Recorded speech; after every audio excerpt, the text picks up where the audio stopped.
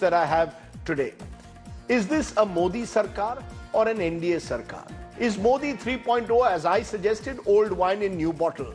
Is continuity not change the hallmark of Modi 3.0? Will Modi 3.0 adopt an inclusive agenda? Will allies stay loyal to Modi 3.0? Joining me now is Ashutosh, former politician, now columnist, author of satyahindi.com. Rajnath Singh is political commentator, but he's been associated closely with the BJP. T.S. Sudhir joins me to give us a perspective from the south. He is based in Hyderabad, tracks the TDP closely. Dr. Zafar Islam is the veteran national spokesperson of the BJP on political and economic affairs, former MP, Rajya Sabha, and Mohan Kumar Mangalam, national spokesperson, Congress. Good to have all of you on the show. Let's get all your takeaways first. Let's go to you, Ashutosh, because you usually have a very strong comment on most of these issues. What's your sense?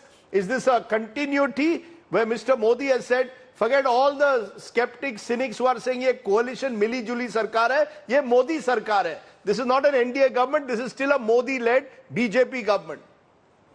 See, Rajdeep, the fact of the matter is that Mr. Prime Minister is trying to project that he is under control. The fact of the matter is he's not under control. Look at the way Ajit Pawar faction has reacted, and look at the way the others are also reacting. So this is a clear indication. In the first indication, this is not the Modi government, but this is the NDA government. No, Modi has drawn a line in the sand. No, Ashutosh, Modi has drawn a line in the sand. Ajit Pawar can be upset, Shiv Sena can be upset, but this is a BJP government. This is a BJP. If this is a BJP government, then this government is heading for trouble. If this is a BJP government, this is what the BJP believes, this is what the cabinet believes, this is what the Prime Minister believes, then it is definitely heading for a trouble. The fact of the matter is that this government, the BJP, has not got the majority on its own. It is 32 member of parliament short. So obviously it depends on allies and mostly on the TDP, which has got 16 MPs, then Nitish Kumar 12 MPs, and Chirag Paswan, that is called 5. So this comprises of 33 MPs.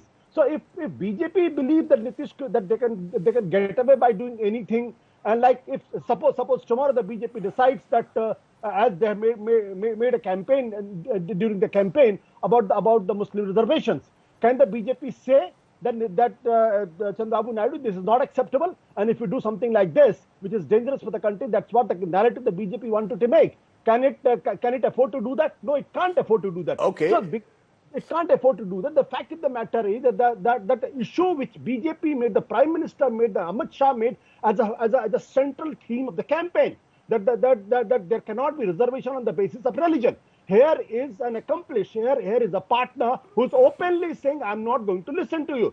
And the TDP is saying this is not Muslim appeasement. This is basically social justice. Anybody on the margin should be given the affirmative action. Okay, so you maintain that if the BJP goes in this direction, it's heading for trouble. Zafar Islam, you want to dive in straight away. The way this cabinet has been formed, all the key prized portfolios with the BJP, continuity, not change. Is this still the same kind of government as Modi 1.0, 2.0? Is there a recognition that you've got 240 seats, not 282 or 303? You haven't given your allies any major portfolios. What's the message? Well, first of all, Rajdeep, let me put to bed some of the speculations you are discussing or Ashutosh ji is discussing. These our allies had not asked for any particular portfolio. It's an unconditional support. And this is an NDA government. Again, I want to put this speculation to bed.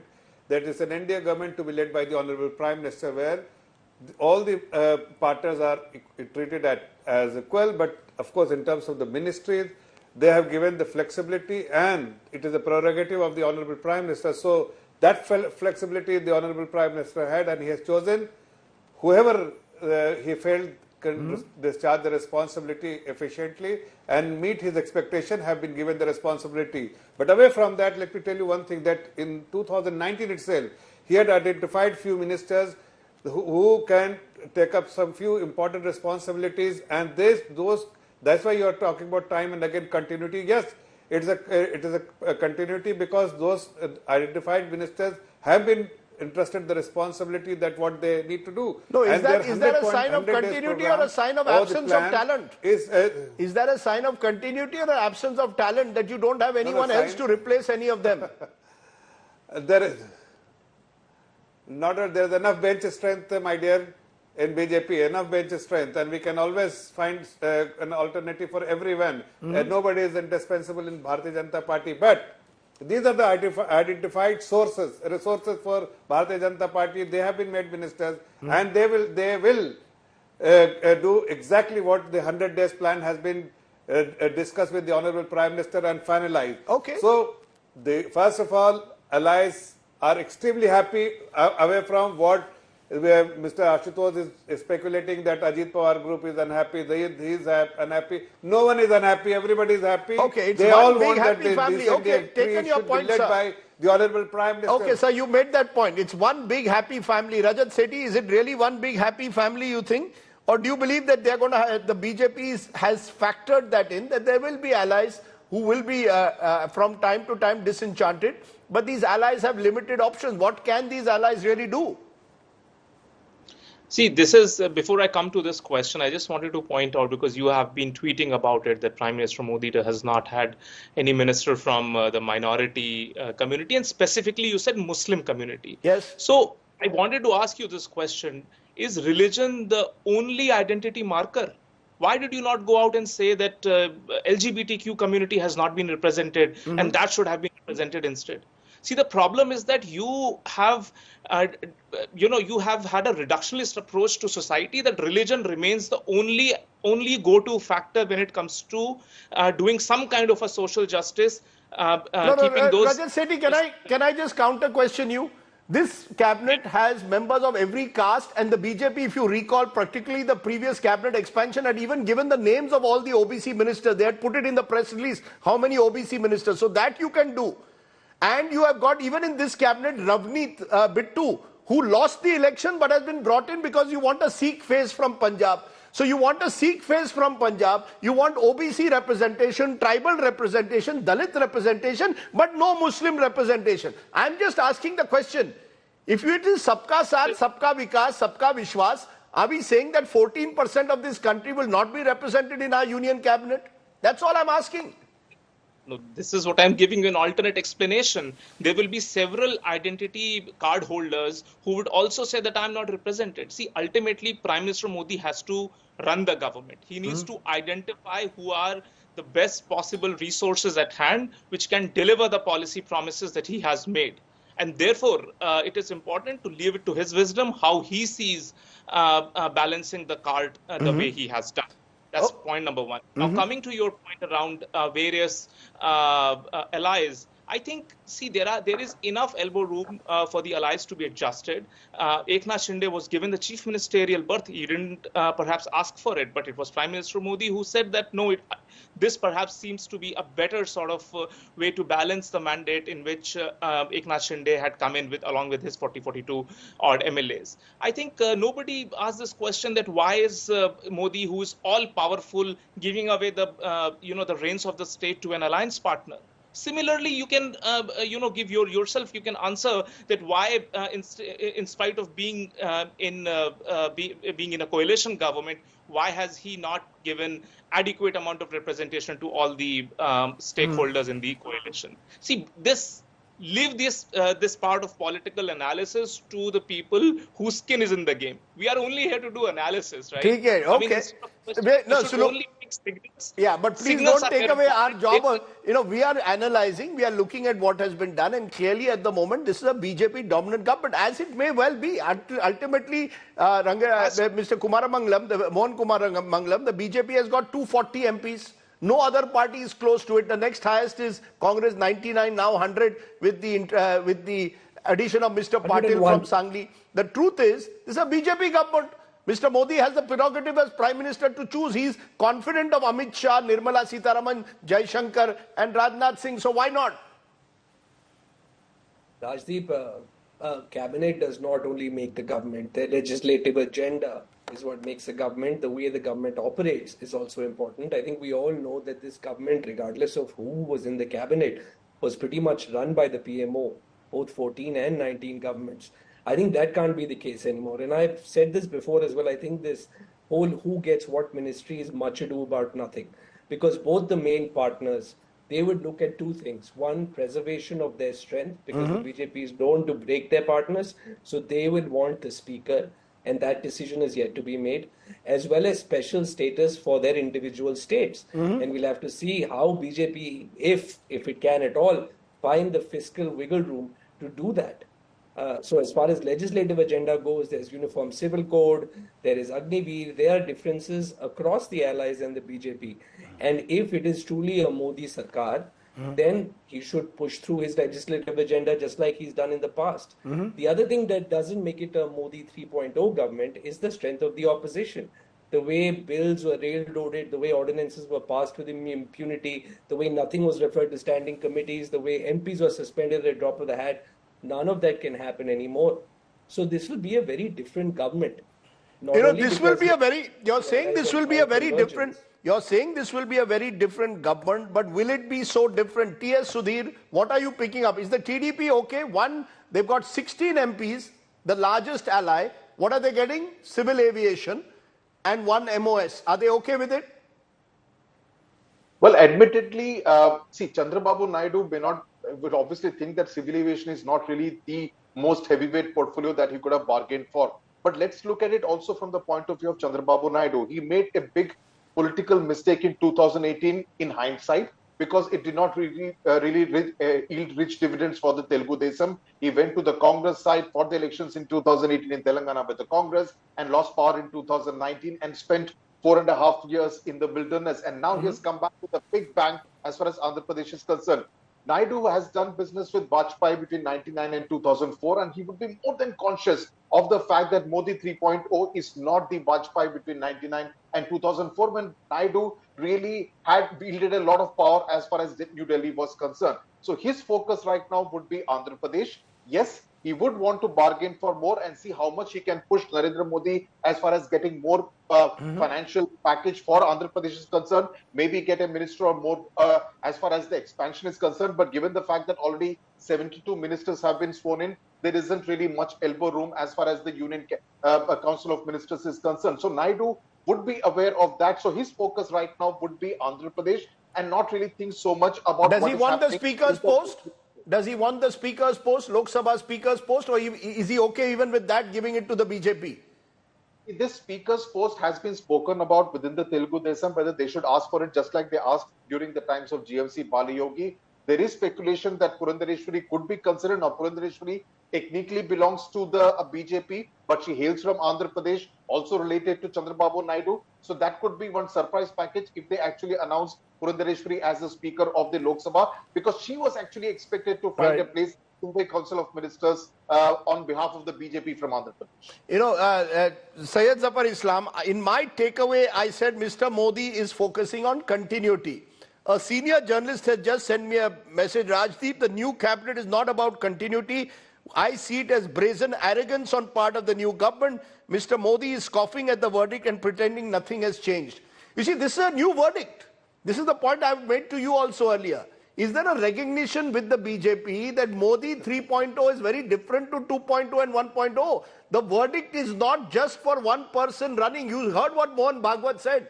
Individuals cannot take credit. It is time to have a consensual approach. Will the approach change? I think, Rajdeep, two things I would like to tell you. First, that there is a consensus among the alliance partner and who should get the what portfolio. So there is absolutely no disconnect of any sort between us and allies. So they have suggested name, they have been given the option of Sir, I was told so JDU asked for, no, sir, please hold on. Our sources told us JDU wanted railways, they were not given. Yeah. I was told that TDP wanted ports or highways or one of the serious infrastructure ministries, they were not given. I was told Shiv Sena wanted one more portfolio, they were not given. Ajit Pawar wanted cabinet berth, not given. Why not accept? Are you saying that these allies don't matter? Say that then. I think, no, let me correct you. They do matter, but what you're saying is incorrect. They didn't ask for it. I mean, who gave you this piece of information, which is nothing but away from reality? A senior TDP They source didn't ask told for me it. I'm yesterday telling we you want a with major conviction, infrastructure ministry. with Civil authority. aviation is not a Listen, major infrastructure not ministry. At all. Not at all. Everything has been discussed and there is absolutely no disconnect. And the piece of information what you are sharing to your viewers is actually baseless, because nothing of that sort ever happened. So you're saying no demands have been put? This was discussed with the... Okay, you're saying no Home demands Minister. have been put, everything has been See, discussed. the demands- Ashutosh, No. are we looking, just a minute, No. sir.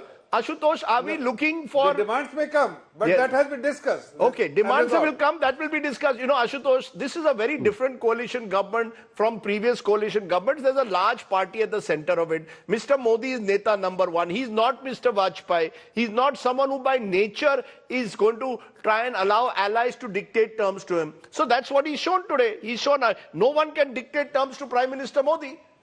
Rajdeep, four things. And the first is related to you. I could see you yesterday in the swearing-in ceremony. Was it continuity with the change or the continuity only? Rajdeep Sardesai was there. That itself showed that a lot of things have changed. No, in no, the I had present. gone, no, Ashutosh, I had an invitation, so I went to watch the swearing-in ceremony. I'm a journalist. I went to see what was happening. I know. I was also invited for Modi 1.0. I did not go. Last time I was not invited, but I was, so I went. So, I think that itself is a change. Second point, look at what Mohan Bhagwat has said just a day after the swearing-in ceremony, a day after, and what he's saying, very strong words he's using: Sahmati, Prathamikta, Maryada, Ahankar. These are the words. And third thing, don't forget, last 10 years, the first tenure and the second tenure, Mr. Narendra Modi has run a Modi government, not the BJP government. You would have talked to any top leaders among the top force. They were not even allowed to have the secretary of their own choice. So today, Narendra Modi is much weakened as a prime minister because he could not win absolute majority for itself. So he not only has to take the BJP, not only has to take the coalition partners in confidence, but also to the BJP. And look at how this Fadnas, he resigned and went to the RSS, and then he was told by the RSS, "You continue, don't rush." And then there was a meeting between the Arun Kumar, the man who's supposed to coordinate between the BJP and the RSS. He was busy with the BJP leaders for more than 2 hours. This was not possible in the earlier regimes, in the earlier tenure. This is happening, and this is a change. So I only suggest is that in 2004, Lalkesh Advani took almost 2 years to realize that the BJP has lost. Mr. Modi will take few months to realize that this government, his BJP, doesn't have the majority on its own. Okay, and he has to reconcile. Yes, but Mr. Modi has taken, claimed that he has a 100-day plan, Rajat Sethi. He seems to believe that therefore continuity, that I have a 100-day plan. Even before the election, I told ministers what they have to do. Is he, as Ashutosh is claiming, misreading the verdict? He's a veteran politician. Is someone like him misreading the verdict, that the verdict is calling for a Mili-Juli Sarkar, not a BJP-led Sarkar? I think this is exactly what he wants to nip in the bud.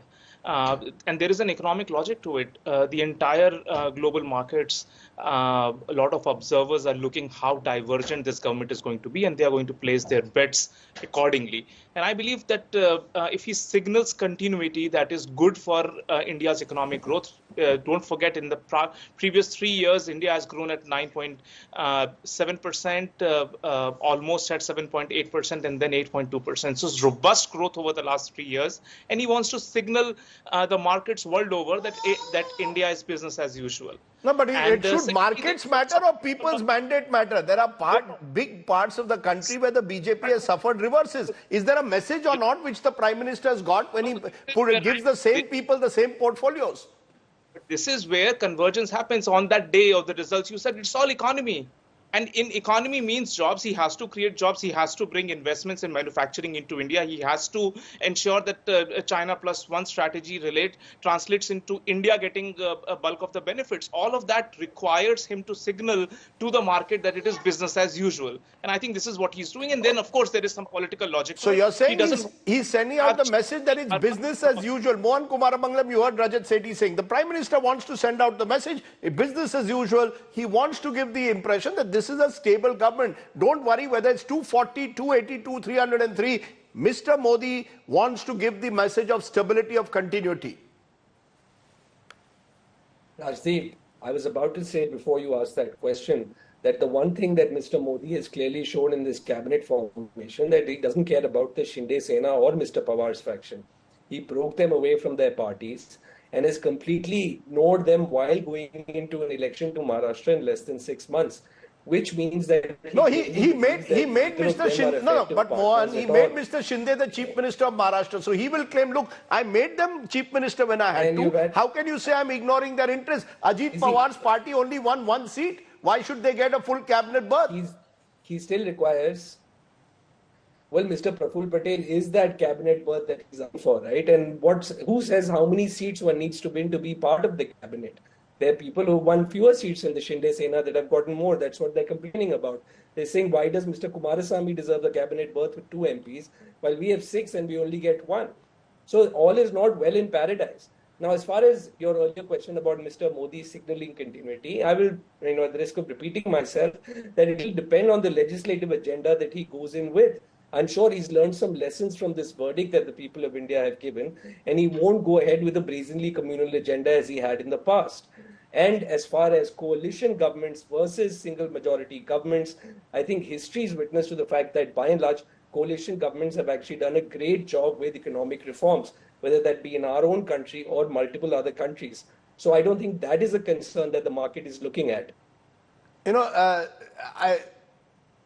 Zafar Islam, what is the message you are sending out today to those? Rajat Sethi saying the markets will feel reassured that there is stability at the top. Is that the message that was being sent out today above all else?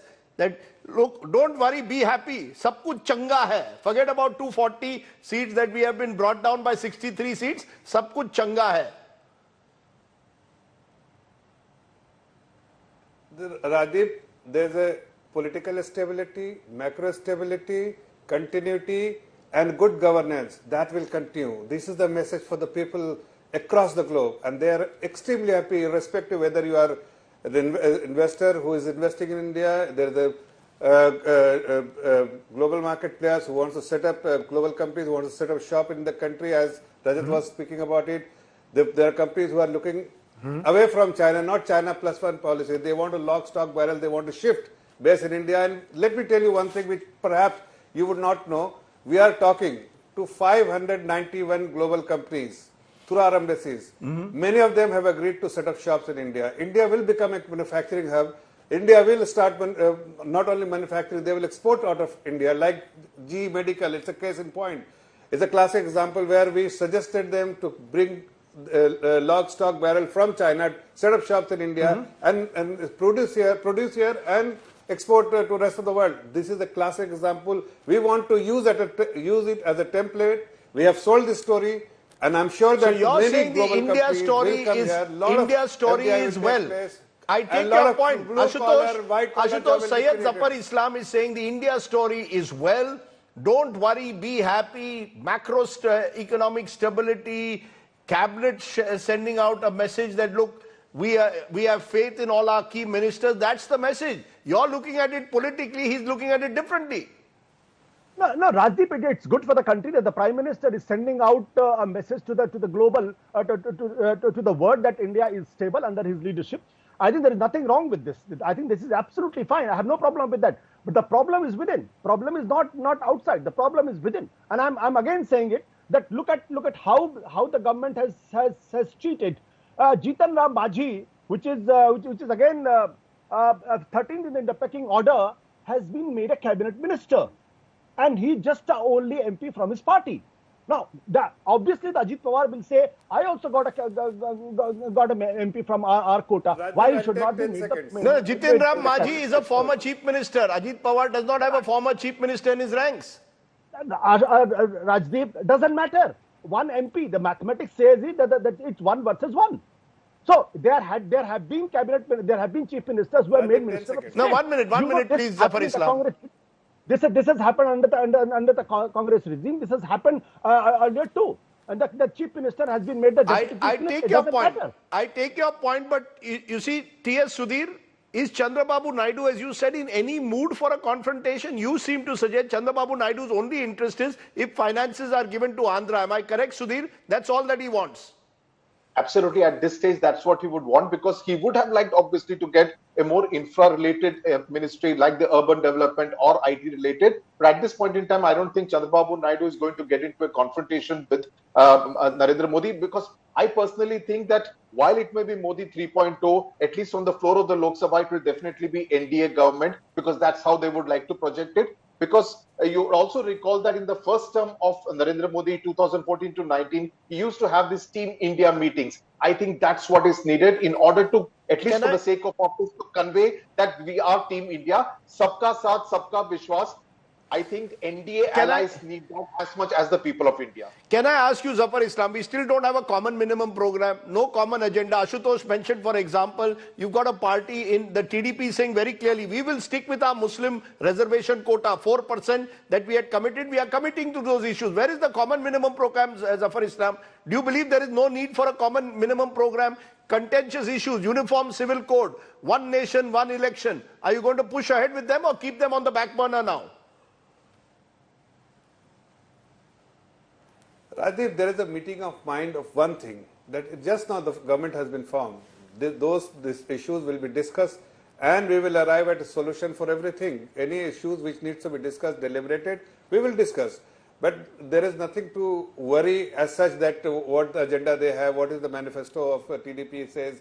We will find a solution to everything. But let me tell you one thing, there are some evil eyes eyeing our paradise to create friction. There are some. And I'm sure that they will never succeed, because there is a meeting of minds between the alliance partner and BJP that we have to make sure that this government runs, and whatever developmental agenda we have for the next 5 years must continue. No, but is there a need for a common nation? Is there a need for a common minimum program or not? Should there be a common minimum program that the country should be told that there are some areas we will not go into? So what is important, Rajdeep, for you to understand and for the rest of the viewer, that there should be a meeting of minds, and there is a meeting of minds between the alliance partner how to run the government, and we will run the government. Okay, no there is a worries. meeting of minds. Ashutosh, you are looking for trouble where none exists. There is no trouble in paradise. This is paradise. Yeah, but Rajdeep, twice BJP thought that there is a meeting of minds with the Nitish Kumar. But twice Nitish Kumar had dissed BJP. The Chandrababu Naidu also has a history of backstabbing his father-in-law, N.T. Ramarao. And one fine morning, N.T. Ramarao realized that the party is not his own, and the party has been slipped to his son-in-law.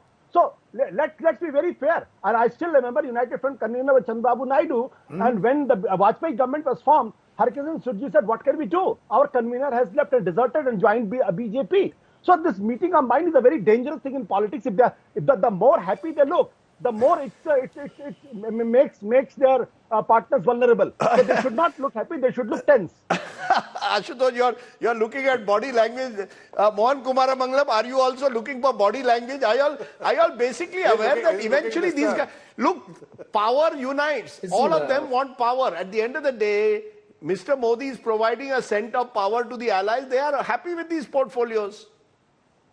No, this is true, Raj. The power does unite. I mean, look at the state of BJP right now. There is a heavy conflict. The people from the Sangh are warning the BJP about how to behave. People from the Sangh are accusing people in the BJP of sexual harassment.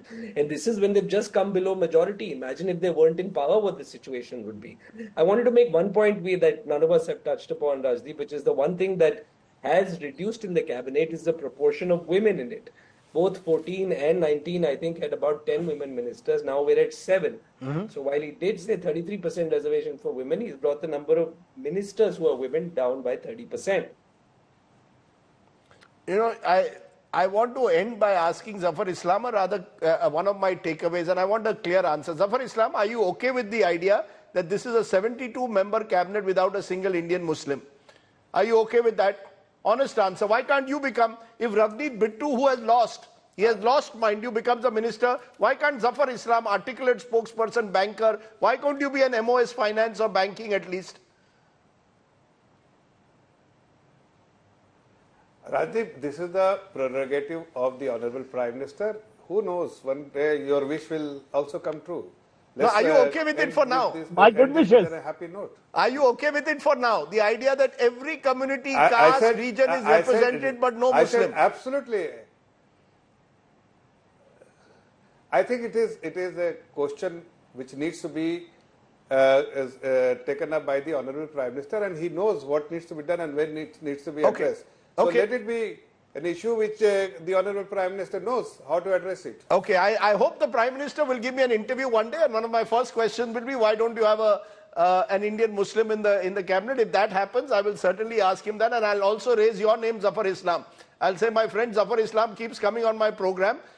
Why can't he become your face, in a way, for the Indian Muslim community? But that's for another day. For now, I think the message is loud and clear that this cabinet has given. This is a Modi-led government. Modi Sarkar, not so much an NDA Sarkar for now. Let's leave it there. I appreciate all my guests joining us on our top talking point at the moment.